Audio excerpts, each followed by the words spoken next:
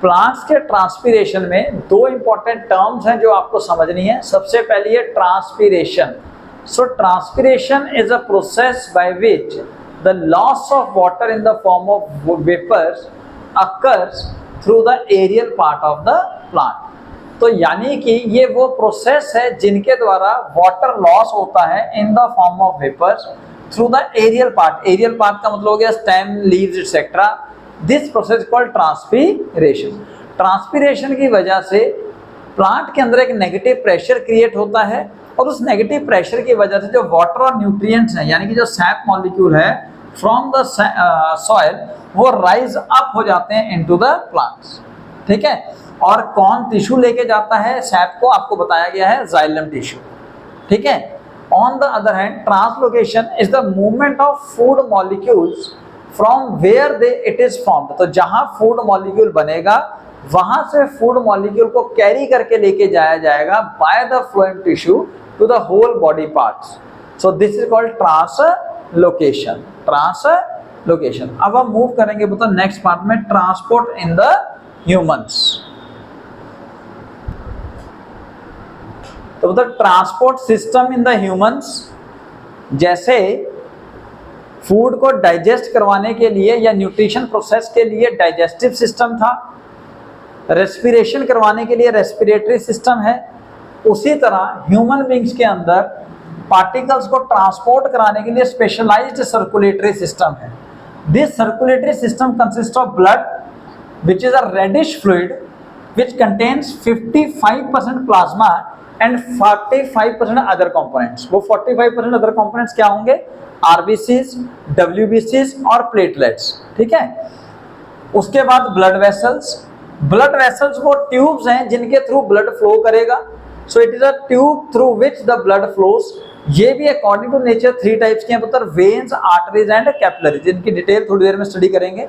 Then we have a heart which is a blood pumping organ, जो एक तरह का मस्कुलर ऑर्गन है जो ब्लड को पंप करता है थ्रू आउट अवर बॉडी। तो अब हम एक एक करके इनको स्टडी करते हैं। सबसे पहले blood is the reddish fluid और a connective tissue that circulates in our body. हमारी बॉडी के अंदर सर्कुलेट करने वाला जो सिस्टम, सर्कुलेटरी सिस्टम को मेंटेन करने वाला जो फ्लूइड है वो है blood.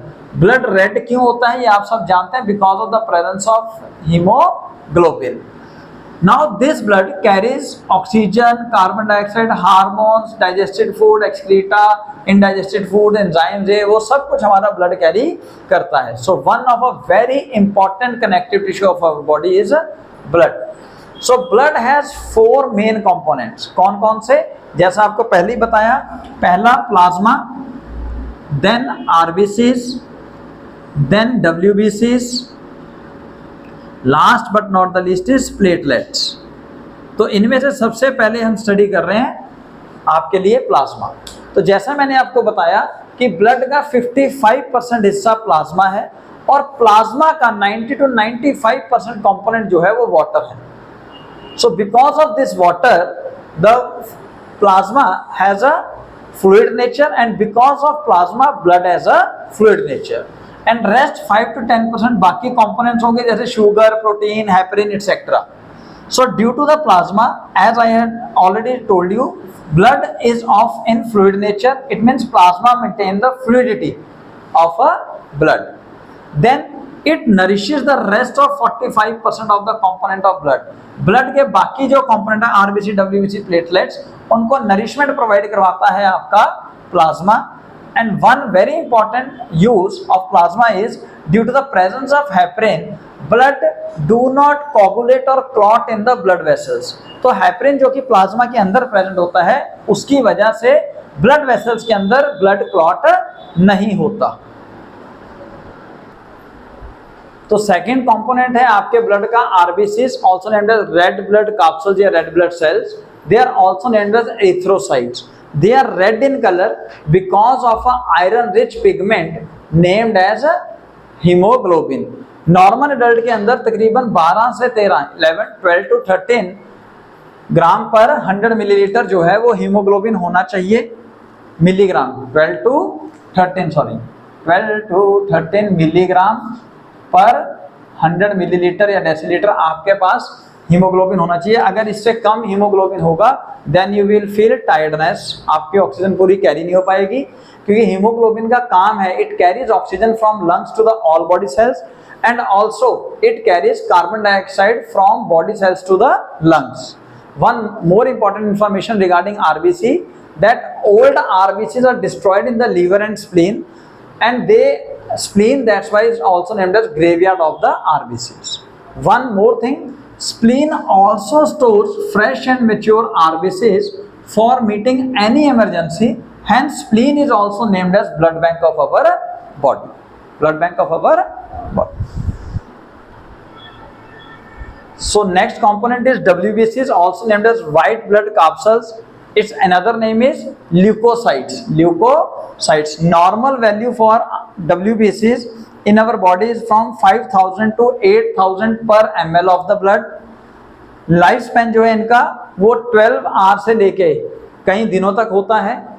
One more important work for WBC that it provide immunity to our body, यानी कि ये हमारी बॉडी को बीमारियों से बचाता है और इन्फेक्शन से लड़ता है। So it fight against the infection and protect against the disease. जो WBCs हैं इनके फर्दर सब टाइप्स हैं लाइक बेसोफिल्स, इजेनोफिल्स, न्यूट्रोफिल्स, वो आपको डिटेल करने की ऐसा जरूरत है नहीं, आप मेन पॉइंट्स ये स्टडी कर सकते हैं। फोर्थ टाइप के इंपॉर्टेंट सेल्स आपके ब्लड के platelets which are also named as thrombocytes. Platelets जो है वो कहीं पे भी जब चोट लग जाती है या कोई इंजरी हो जाती है वहां पे आपके इंजरी को प्लगिंग करने के लिए यूज होते हैं, यानी कि वहां पे एक लेयर बनाते हैं और एक मैश टाइप यानी कि जाली टाइप लेयर बना के वो अंदर से जो ब्लड ओज आउट हो रहा होता है, निकल रहा होता है, उसको क्लॉट करते हैं। सो ब्लड कोगुलेशन और ब्लड क्लॉटिंग में प्लेटलेट्स जो है वो इंपॉर्टेंट रोल प्ले करते हैं। डेंगू जैसे फीवर के अंदर या बीमारी में प्लेटलेट्स की वैल्यू बहुत ज़्यादा कम हो जाती है, जिसकी वजह से कभी भी इंटरनल इंजरी अगर हो जाती है तो वो फैटल तक हो सकती है। इसीलिए कहा जाता है, क्योंकि फैटल का मतलब है कि वहाँ पे ब्लड अपने आप ही लीक होना शुरू हो जाएगा, क्योंकि कोगुलेट नहीं हो पा रहा, पतला इतना हो गया कि वो लीक होना शुरू हो जाता है थ्रू द ब्लड वेसल्स।